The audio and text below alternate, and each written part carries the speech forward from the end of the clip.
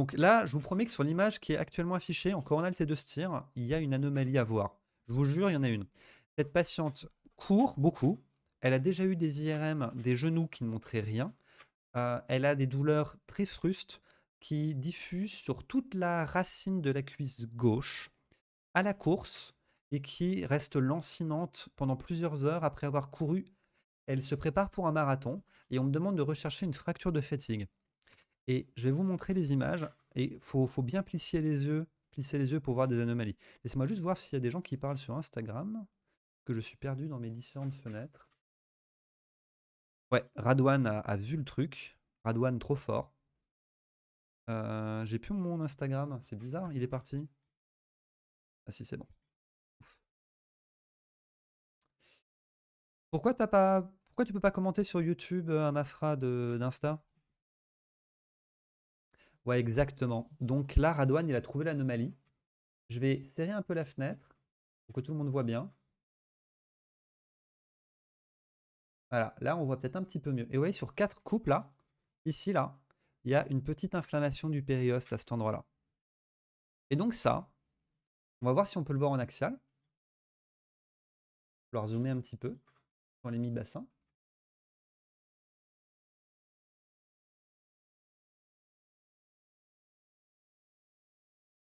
Ça va correspondre à ça. Vous voyez ce petit trait blanc ici? Ça, ce petit trait blanc, c'est une réaction édémateuse périostée située à la partie interne du tiers moyen de la diaphyse fémorale. Et en fait, ça, c'est extrêmement fourbe sur le plan clinique. Est-ce que tu sais ce que c'est, Radwan, ça?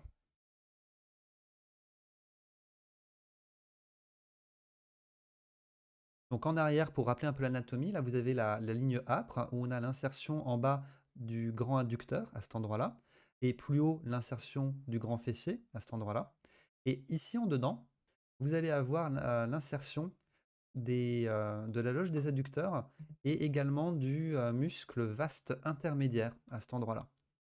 En général, c'est à l'insertion des muscles adducteurs qu'on la trouve, mais on peut la trouver plus haute. Enfin, plus haute, c'est plutôt les muscles adducteurs, et plus bas, c'est au niveau de l'insertion du quadriceps. C'est beaucoup plus rare.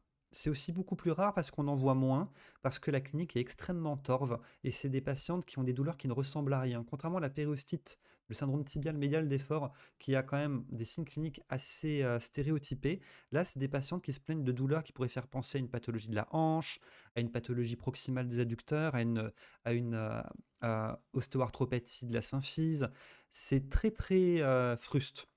Est-ce que ça se rapproche un peu de la physiopathe de la fissure de fatigue? Oui, comme je disais tout à l'heure, mais pas exactement.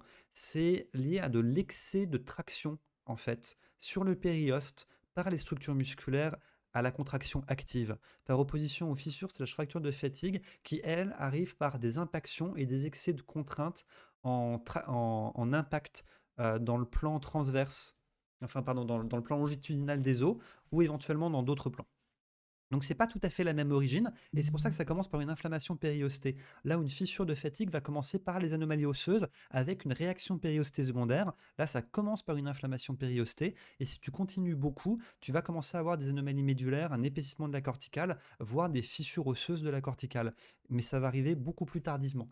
Et donc ça, c'est ce qu'on appelle le side splint, ou une périostite fémorale interne, par excès de traction, dans ce cas-là, des adducteurs. En fait, on est à la limite entre la partie. Chez cette patiente-là, j'ai pas d'axial T1. J'aurais tendance à dire que on est. Parce que là, on a. Attendez, on va essayer de se repérer juste sur l'axial STIR, mais c'est pas hyper évident pour l'anatomie. On va avoir le long, le court adducteur, le grand adducteur. Là, on n'a plus le court adducteur. Là, on a le grand adducteur qui fait tout ça, plus le long. Pour moi, là, c'est centré sur l'insertion du long adducteur, mais aussi un peu l'insertion du quadriceps. C'est un peu à la limite entre les deux. Allez, on montre un autre cas? Est-ce qu'il y a des gens qui ont des questions sur ce cas particulier de thigh splint? Thigh comme cuisse en anglais, hein, je rappelle. Ouais, œdème périostite de stress à Merengue. Tout à fait. Allez, on va sortir un peu de la pathologie des périostites et on va vous trouver un autre petit cas. On va regarder un truc bien traumato là. Ça vous dit? Un truc vraiment une douleur brutale. Et on va changer un peu du membre inférieur. Douleur brutale et sensation de claquement dans les suites d'un match de boxe. Qu'est-ce que ça va être à votre avis? Là, je vous ai tout dit. Je vous ai tout dit.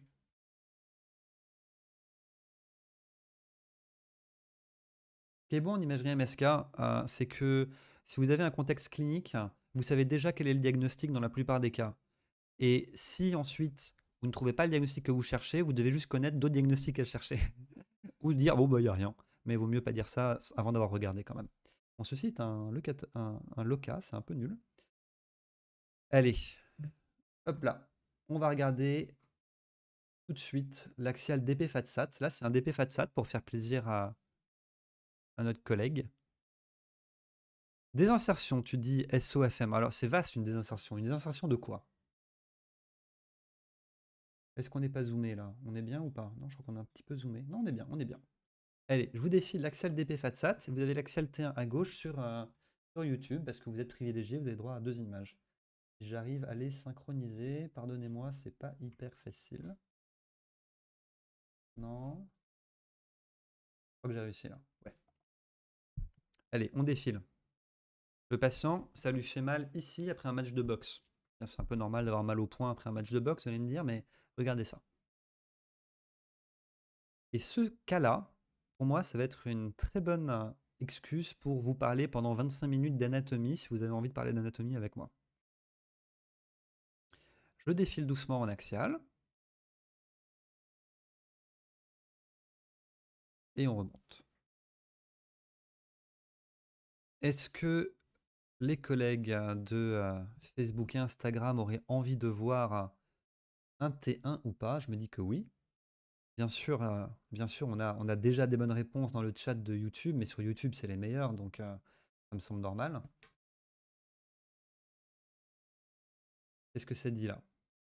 Œdème de stress, j'ai un joli cas, j'ai l'habitude de le voir dans le tibia d'IA, Merenguelov. Bah oui, effectivement, sur la cuisse, c'est beaucoup plus rare, hein, le side splint, on le voit beaucoup moins souvent. Et en fait, si on le cherche, on le trouve. Comme moi. Bravo. Et sur Insta, qu'est-ce que ça dit? Un cas utile pour l'EDN. Alors, Antoine ISL, là, je suis désolé pour toi, c'est pas un cas utile pour l'EDN. Bah, globalement, là, moi, les cas que je vais montrer de traumatologie du sportif, je vais regarder ma liste, je pense qu'il n'y en a aucun qui peut tomber à l'ECN. C'est vraiment des petits trucs qu'on voit. Laisse-moi regarder. Est-ce qu'il y a la moindre chose ici qui tombe à l'ECN? Il y en a un éventuellement, vite fait, mais ouais, franchement, non. Franchement, là, on n'est pas dans des trucs qui tombent à l'ECN, on est un peu dans des trucs spéciaux. Le patient a 5 doigts. Alors, c'est un peu audacieux pour toi de dire ça, Thomas Carpentier 365. C'est un peu audacieux de dire ça parce que là, tu as juste vu des métacarpiens. Si ça se trouve, il n'y a pas les doigts après. Attends, laisse-moi vérifier. On va vérifier ça. Ouais, t'as de la chance, il a 5 doigts. Bravo. Sauvé. Oui, mais il y a le pouce qui est décalé, c'est normal. Est-ce que, tiens, Kiyomi, toi qui es la productrice, à ton avis, où est le problème sur cette image? Est-ce que tu vois là où il y a un souci? Est-ce que tu peux faire la radiologue pour No, nous? yo nada más hacerlo como De quoi? si estoy cerca. Oui. Ok. Donc ouais, bandelette sagittale, boxer knuckles. Donc là voilà, ça donne, ça crache la bonne réponse sur YouTube. Qu'est-ce que ça dit sur Insta? Ça dit rien du tout. Il faut que tu racontes. Je raconterai l'histoire de la neurocytise sarcose. Pour essayer d'impressionner ma fiancée, qui n'était pas encore ma fiancée à l'époque, qui est juste à côté de moi là, ici. Je vais montrer une image que j'ai vue sur, je crois que c'était sur Twitter, parce que je suivais pas mal de radiologues et de médecins sur Twitter pour apprendre et voir des beaux cas. C'était très bien avant qu'Elon Musk achète Twitter, globalement. Maintenant, c'est un peu moins bien et j'y vais plus. Et je suis tombé sur un cas de neurocysticercose. Je crois que c'était dans un cerveau, ouais. Mais un cas historique avec des tas de trous dans le cerveau, un truc de malade. Et je lui montre. Et déjà, je pense pas que Kiyomi avait un jour vu une IRM cérébrale avant. Je lui montre et elle m'a dit Te voy a pasar la question. Qu'est-ce que tu penses? qu'est-ce que tu penses que c'est? Elle m'a dit neurocysticercosis. No te dije cisticercos. Et j'étais là. Et what? Et oui, elle avait deviné que c'était une neurocysticercose. Et pourquoi est-ce que tu avais deviné que c'était une neurocysticercose? Parce que ma mamá me raconté qu'elle a un cousin qui a Voilà. cisticercos. Donc parce qu'au Mexique, on mange beaucoup de porc avec pas forcément... Ah non, mais c'est pas que je vois tous les jours avec cisticercos. Il n'y a plus de, Mais sa cousine, il y a plus de neurocysticercose en France métropolitaine. Just saying. Ouais. Les antibiotiques, c'est pas si mal. Mais sa cousine, elle avait ça. Ouais, voilà. C'est pour ça que j'ai deviné. Parce Ça, que ça reste, cerebro, ouais, cerebro, ça reste. cortitos. Pour rappel, la neurocyscercose, ça reste une des premières causes, si ce n'est la première cause d'épilepsie dans le monde, si je dis pas de bêtises. Bon, on revient au cas. Donc tout le monde a dit boxer knuckles. Tout le monde, c'est-à-dire 2 personnes, 3 personnes ont répondu et elles ont dit bandelette sagittale. Donc on va faire un petit cours d'anatomie. Donc l'idée c'est qu'à la boxe, on a une fois juste tendance à taper avec le knuckle. Donc là, le schéma, quelle serait la traduction pour knuckle, le poing, et ici là, le knuckle qui est le plus exposé, c'est le troisième la plupart du temps. Vous voyez, il dépasse là. Donc le troisième et le deuxième, enfin plutôt le troisième, et ça peut être sur quatrième, cinquième, parce que les gens tapent aussi en latéral, et c'est aussi pour ça que la fracture dite du con, c'est la fracture du cinquième métacarpien. Mais souvent le boxer knuckle, c'est vraiment sur le troisième rayon. C'est une folie comment c'est dur à lire les IRM. Mais là je te montre des cas un peu difficiles, Théo. Et donc, qu'est-ce qu'on voit ici? Vous avez les bandelettes sagittales de l'extenseur qui sont là. Il faut comprendre que le tendon extenseur, qui est la petite boule qui est visible ici, là on est au niveau de la tête métacarpienne, là, on dit en rouge. Non, c'est pas la bandelette ulnaire, justement, Chelksan 7348, c'est une très bonne remarque. En fait, c'est quasiment toujours la bandelette radiale. C'est quasiment toujours comme ça. L'idée du boxer knuckles. On va faire un petit point sur le boxer knuckles et je vais en profiter pour vous montrer en parallèle un deuxième cas de la même pathologie mais moins facile, ok? Donc, on va diviser l'écran en 4. Voilà, et je vais vous afficher un comparatif de 2 boxer knuckles de grades différents. J'en ai pas de grade 3, alors il y a une classification spécifique qui est essentiellement clinique et qui est confirmée par l'imagerie et qui conditionne un peu la prise en charge de ces patients. Donc, qu'est-ce que c'est que le boxer knuckles? Le boxer knuckles, c'est des lésions microtraumatiques/traumatiques répétées par choc direct sur la tête métacarpienne du troisième rayon en général, en flexion. Et qu'est-ce qui se passe? C'est qu'en fait, juste ici, vous avez une structure qui est assez sensible, qui passe vraiment sur la crête métacarpienne, comme ça, et qui est centrée, et qui doit rester bien au milieu. Et ça, c'est vrai pour chacun des doigts. Et ça, c'est le tendon extenseur. Et le tendon extenseur, c'est une corde qui est mise en tension. Oui, exactement, SOFM, j'y arrive. Le tendon extenseur, c'est une corde qui est mise en tension sur une surface convexe. Donc, quand la corde est mise en tension sur une surface convexe, qu'est-ce qu'elle a envie de faire? Elle a envie de se barrer sur le côté. Hein, vous imaginez, là sur mon micro, il y a une corde qui passe là. Si on tire dessus, on va aller sur le côté, à droite ou à gauche. On est d'accord. Et donc, pour que le tendon reste bien dans l'axe et qu'il ne se barre pas sur le côté alors qu'il est soumis à des stress, eh bien, il est maintenu en place par des bandes sur les côtés. Tout un appareil, en fait, tout un appareil extenseur. Les Anglais appellent ça extensor hood, c'est la capuche des extenseurs. Nous, dans la littérature en français, on a différents termes, mais on peut appeler ça globalement le complexe, le complexe des extenseurs. Il y a différents noms, il y a dossière des interosseux, mais en fait, ça désigne un peu une sous-partie de l'ensemble. Attendez que je vous retrouve un petit point d'anatomie sympa. Ok. Et pour ça, en fait, il faut comprendre l'anatomie de l'articulation métacarpophalangienne. Donc, je vais vous faire un petit point là-dessus. Là, vous avez la même chose. Attendez, je vais zoomer. Que sur le cas du dessous, mais à un stade plus léger. Alors, est-ce que c'est bien ça? Est-ce que c'est bien 2 patients différents ou est-ce que j'ai fait du caca? Laissez-moi un instant. Ouais, c'est pas mal. Laissez-moi voir, laissez-moi voir. Rupture partielle. Ouais, les 2 cas sont d'une gravité assez similaire. Sur le cas du haut, là, vous voyez réellement une perte de continuité de cette structure membraneuse qui est située à cet endroit-là. Là, il y en a une de ce côté-là, au versant ulnaire, et l'autre, là, elle est interrompue comme ça. Vous voyez? Ça, c'est la bandelette sagittale de l'extenseur au versant radial. C'est quasiment toujours au versant radial, et le tendon a tendance à donc se subluxer vers la vallée intermétacarpienne au versant ulnaire. C'est une IRM qui a été réalisée en position neutre, d'accord?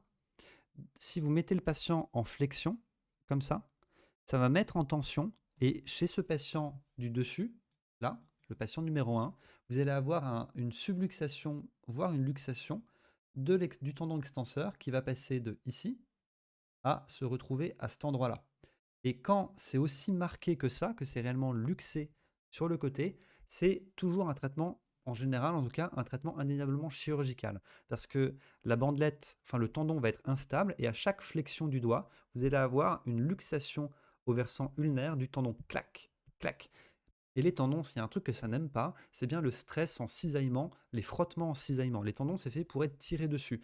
Si vous avez des frottements en cisaillement sur le tendon, il ne va pas aimer du tout. Vous allez avoir une tendinopathie, des fissures, des douleurs chroniques, etc. Et dans le cas de figure d'un patient sportif, d'autant plus si c'est un patient sportif de haut niveau, un sportif professionnel, un boxeur pro, il va falloir faire un traitement chirurgical. Si vous avez le cas de figure qu'on a en dessous, c'est-à-dire juste un œdème, une bursite au pourtour de la capuche, du complexe des extenseurs, autour des bandelettes sagittales, eh bien, et avec une rupture, peut-être ici une petite anomalie de signal, mais en tout cas pas de rupture complète de la bandelette de l'extenseur, il n'y a pas de risque réellement d'instabilité, et il va simplement falloir le mettre au repos. À l'intermédiaire entre les deux, quand vous avez une lésion traumatique avec une rupture partielle et une absence d'instabilité en flexion, qu'on peut constater cliniquement ou en échographie. L'échographie, c'est super, vous voyez directement le tendon et vous pouvez faire les manœuvres dynamiques, sachant que la tension est minimale sur le tendon extenseur à 45 degrés de flexion. Elle augmente en extension complète et elle est maximale en flexion à 90 degrés. D'accord? Eh bien, vous allez pouvoir voir le décalage du tendon. Si un décalage du tendon, alors on est vraisemblablement sur une indication chirurgicale. S'il y a une rupture sans décalage significatif, on peut proposer un traitement orthopédique. Je ne le maîtrise pas, mais les notions que j'ai, c'est environ 3 semaines d'immobilisation à 45 degrés de flexion, puis de la rééducation avec une limitation de l'activité et des impacts, et enfin une reprise de l'activité après la rééducation. Voilà, mais dans le cas de figure d'exigences professionnelles sportives importantes, souvent il va falloir faire une petite intervention chirurgicale pour resuturer la bandelette et recentrer le tendon extenseur. Maintenant, qu'est-ce que c'est que ce dont je vous parlais? Bah écoutez, c'est ce qui est vachement pratique avec les doigts, c'est que on a 4 doigts qui se ressemblent quand même beaucoup, et l'appareil extenseur, il a ce bon goût que à partir de la MCP, il est identique pour tous les doigts. Ok? Les tendons extenseurs, ça a l'air d'être simple. Si vous regardez des schémas d'anatomie simplifié, vous voyez juste, oh bah ils mettent tendon extenseur qui fait ça, ça, ça, il y en a un de chaque, c'est hyper facile, c'est faux. Les tendons extenseurs, c'est une anatomie qui est très complexe, et si vous regardez des jolis tests d'anatomie de chirurgie de la main, vous allez vous rendre compte que c'est tout un pataquès à comprendre. Mais le côté positif, c'est qu'à partir de l'articulation MCP, l'anatomie est identique pour tout le monde. Donc c'est parti pour un petit rappel anatomique de l'appareil extenseur. Alors attendez, Yomi il se met à côté de moi, ça me gêne un peu. Hop là, on dézoome. On va se remettre sur un seul cas et je vais vous faire une petite explication anatomique. Et ça, c'est très important, pas que pour les lésions de l'appareil extenseur. Cette anatomie, il faut également la comprendre pour les entorses des articulations MCP, pour les lésions de la plaque palmaire, etc. Donc quand vous voyez une MCP de face, et on va prendre une MCP qui est saine, par exemple la MCP2 là, il y a beaucoup de choses et il y a tout un appareil en fait tendino-ligamentaire et des aponevroses tendineuses ici qui forment une sorte de cercle de bandes fibreuses et ligamentaires autour de la tête du métacarpien. Je vais vous montrer toutes les petites structures anatomiques que vous pouvez voir si vous avez des images de bonne qualité, ok? Voilà, on va prendre plutôt le quatrième parce que là on voit très bien. Je vais vous faire des petits dessins. Donc ici au niveau de la tête de la MCP, là, attendez, on va mettre est-ce que je peux mettre un petit repère anatomique à côté pour vous aider? On va essayer. Hop, là j'ai un doigt là. Est-ce que j'ai... Oui, parfait, parfait. Nickel. Euh, j'ai la même tête que d'autres médecins? Bah je sais pas, bon écoute, peut-être qu'on a tous bon goût. Alors, là, est-ce qu'on est pas mal? Je crois qu'on est pas mal, mais je suis pas sûr qu'on soit nickel. Attendez. Est-ce que c'est la bonne séquence? Est-ce que la synchronisation est bonne? Je suis inquiet. J'aimerais bien que ce soit bien synchronisé pour que vous puissiez voir où est-ce qu'on regarde. Donc là, je suis sur le quatrième, c'est pas mal. Et j'ai envie de vous montrer ça avec un repère en axial T1 ou DP FATSAT. Fuck. Ok, bon, c'est pas si mal. C'est pas si mal, on est bien. Ok. Alors, les éléments qu'on a à cet endroit-là, il y en a un paquet et je vais tous vous les montrer maintenant. Si j'arrive à me repasser en mode, voilà, comme ça. Là-haut, devant, en dorsale, le tendon extenseur. En palmaire, le tendon ou les tendons fléchisseurs. Vous allez avoir ici un fléchisseur superficiel et un fléchisseur profond. OK? Si on monte et qu'on descend un petit peu, vous allez avoir la poulie qui est là. On va la dessiner là, on la voit plus trop. Attendez, c'est pas beau ce que je fais. On va mettre des couleurs, voilà, que tout le monde s'y retrouve. Ici, tendon extenseur, ici, tendon fléchisseur profond et en orange, le tendon fléchisseur superficiel. Voilà, OK, nickel. On va mettre par-dessus la poulie des fléchisseurs. On va la mettre en orange foncé un peu plus fine. Elle est en réalité mieux visible, un petit peu plus proximale. Ouais, c'est pas bien synchronisé. Ouais, on n'est pas bien là. Bon, le sagittal est pas tout à fait à la bonne hauteur, mais c'est pas grave. En gros, là, la poulie A1, elle est là. OK? La poulie A1, elle se raccroche en profondeur à la plaque palmaire qui fait partie de l'appareil capsulo-ligamentaire de l'articulation MCP1. Donc la plaque palmaire, là, on la voit ici. Elle s'insère, la plaque palmaire, sur la base de P1. Elle s'insère ici, la plaque palmaire. Et aussi, elle a deux ligaments qui la maintiennent accrochée en proximale à la tête métacarpienne. Ça va être des trucs qui vont être par ici, qui vont monter, on appelle ça les check reins. C'est un peu trop poussé, on s'arrête là. La plaque palmaire, sur le plan coronal qui passe par la MCP, elle va également être reliée sur les côtés comme ça à l'appareil ligamentaire par deux faisceaux accessoires des ligaments collatéraux. Ce que je vais faire, c'est que je vais le dessiner en violet mauve, en violet. Et ça là, c'est les ligaments collatéraux accessoires. C'est la même anatomie pour les pieds, c'est la même anatomie pour tous les doigts longs. Ça va être le ligament collatéral ulnaire accessoire. Et là, le ligament collatéral radial accessoire. Ok, tout le monde suit jusque-là? Ok, on continue. On aimerait bien avoir les ligaments collatéraux principaux, ceux qu'on se blesse quand on se fait une entorse du doigt sur le côté. Salut à... Pas de problème, parle trop. Donc là, on a le faisceau principal du ligament collatéral ulnaire et là, le faisceau principal du ligament collatéral radial. Eux, si vous les regardez dans le plan coronal, c'est ceux-là que vous allez voir de face. Je vais vous montrer un petit exemple comme ceci. In face coro, c'est eux qu'on voit là. Sur YouTube, vous avez le droit de les voir. Sur Facebook, j'ai pas envie et Instagram, j'ai pas envie de tout casser.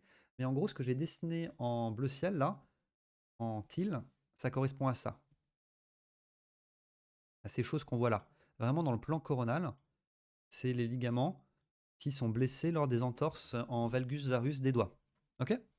Ça va être ligament LCU principal, LCR principal. Ok? Et enfin, qu'est-ce qui maintient notre tendon extenseur là-haut? Vous allez me dire, c'est facile, ça va être uniquement ces petites bandes fibreuses qu'on voit là. Attendez, je vais mettre une autre couleur, on va les mettre en vert. Voilà, en vert. Ces petites bandes qu'on appelle les bandettes sagittales et que notre boxeur s'est donc blessé au versant radial. Ouais? Je vais défiler en axial d'un coup, Sofiane. C'est juste que là, je fais tous mes petits dessins, ok? Et ça, là, ces bandettes sagittales, c'est pas les seuls éléments de stabilité du tendon extenseur.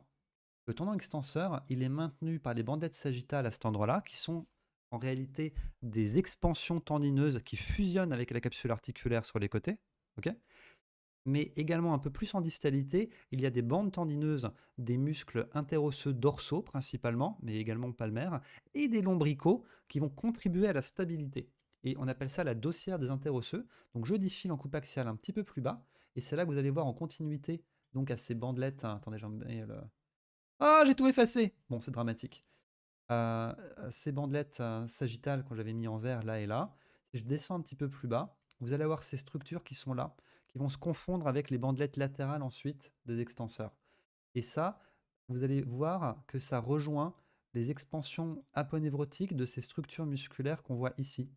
Ça là, c'est le muscle interosseux dorsal. On est entre le majeur et le quatrième doigt. C'est donc le troisième muscle interosseux dorsal. Donc ça, c'est le troisième interosseux. Et le quatrième interosseux dorsal, il est par ici, là. Ok? Et eux, ils vont donner des petits tendons qui vont aller s'accrocher comme ça. Et on appelle ça la dossière des interosseux. Et tout cet appareil-là sert à stabiliser le tendon extenseur. En général, en traumatologie sur le boxer knuckles, les seules structures qui sont réellement complètement déchirées, ça va être les bandelettes sagittales, donc cette structure-là qui est abîmée. L'ulnaire à droite de l'image, c'est une excellente question. C'est probablement que le patient était, c'était un bras gauche mis comme ça dans la machine, tout simplement. En fait, ça dépend de la façon dont positionnez votre patient. Le patient, il peut être mis avec la main comme ça, la main en Superman, et ça peut être la main droite ou la main gauche. Donc, il faut repérer à l'avance quel est le tendon qui est, enfin, quel est le poignet qui est concerné. Ça peut être trompeur si le manip ne nous a pas précisé quel est le poignet ou quelle est la main qu'on fait, vu qu'on peut mettre le patient en supination ou en pronation dans la machine. Voilà, donc tout ça pour vous dire que ce qui maintient... Non, le radial n'est pas à droite de l'image, là. Enfin, il est à droite de l'écran. À droite de l'image, oui, il est... Bref, on va y arriver. Voilà, regardez, je dézoome. Je dézoome. Le pouce est ici. Hein, le pouce est là. Je l'ai changé de cas. Donc là, en fait, il y a un mélange de deux patients. Il y a un patient avec le pouce à droite et un patient avec le pouce à gauche, je crois. Attendez. Non, attendez, je crois que c'est les mêmes. On dézoome. Ouais, c'est ça. Là, j'ai deux patients différents. D'accord? Celui-ci, il a une lésion qui est plus sévère. Et... Oh, mais attendez, c'est original en fait. Je vous ai dit une bêtise. Ce patient, il s'est lésé la bandelette sagittale ulnaire. C'est beaucoup plus rare. Désolé. On a deux patients avec deux mains différentes. En fait, lui, c'est une lésion de la bandelette sagittale radiale et elle est partiellement interrompue seulement. Et ce patient-là, c'est un patient qui s'est fait une lésion de la bandelette sagittale ulnaire, ce qui est nettement moins fréquent. Excusez-moi pour ceux que j'ai peut-être induit en erreur. Est-ce que j'ai perdu tout le monde avec le point d'anatomie? Oui, t'avais raison, SOFM 600, t'avais raison, t'avais raison.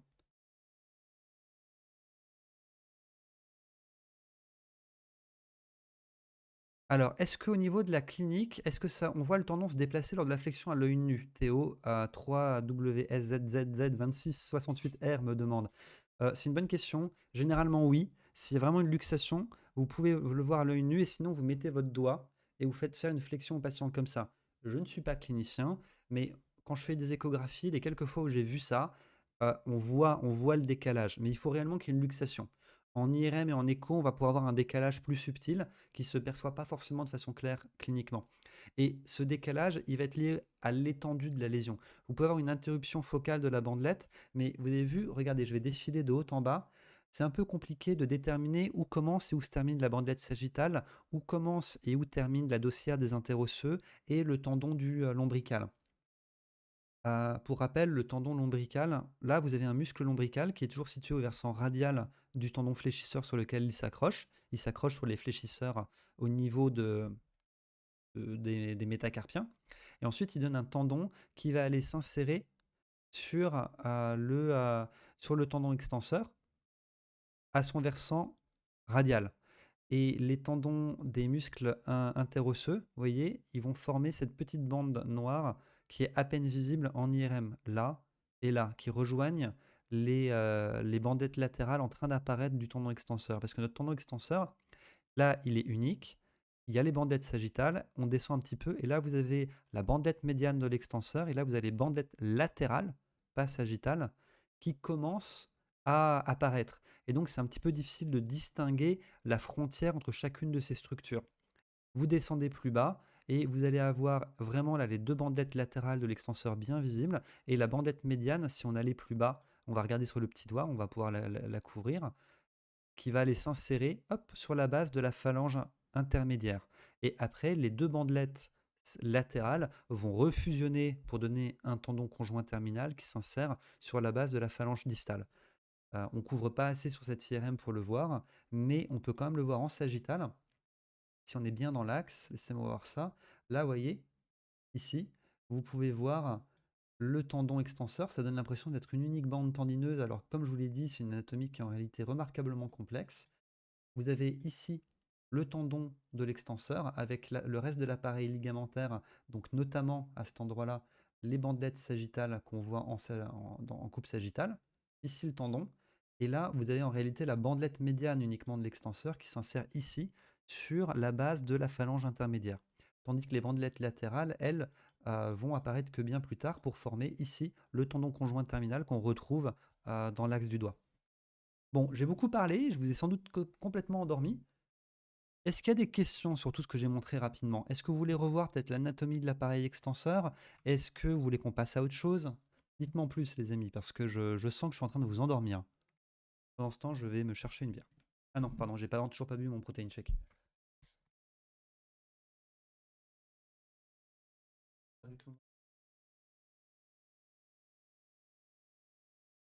En fait, je pense qu'il faudrait vraiment que je vous fasse un cours entier sur l'anatomie de l'appareil extenseur, parce que je voulais vous parler de traumatologie du sportif, ça fait 45 minutes que je parle d'anatomie de l'appareil extenseur, je me suis peut-être un petit peu emballé.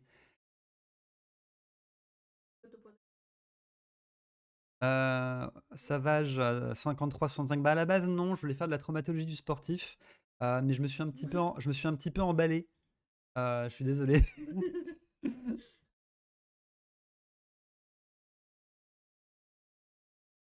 Vous savez quoi? On va passer à autre chose. On va passer à autre chose et je ferai un cours dédié, appareil extenseur et problème de la main plus tard, parce que là, je suis en train de tuer tout le monde. En plus, je crois que j'ai un peu cassé. Ouais, un vrai cours. Là, j'ai voulu aborder un sujet trop complexe pour le montrer sur un cas clinique, c'est pas cool. Pour faire très très court, bandelette sagittale rompue, tendon se décale, ça fait clac-clac chez un boxeur. Il faut opérer la plupart du temps quand c'est vraiment instable. Voilà, on passe à la suite.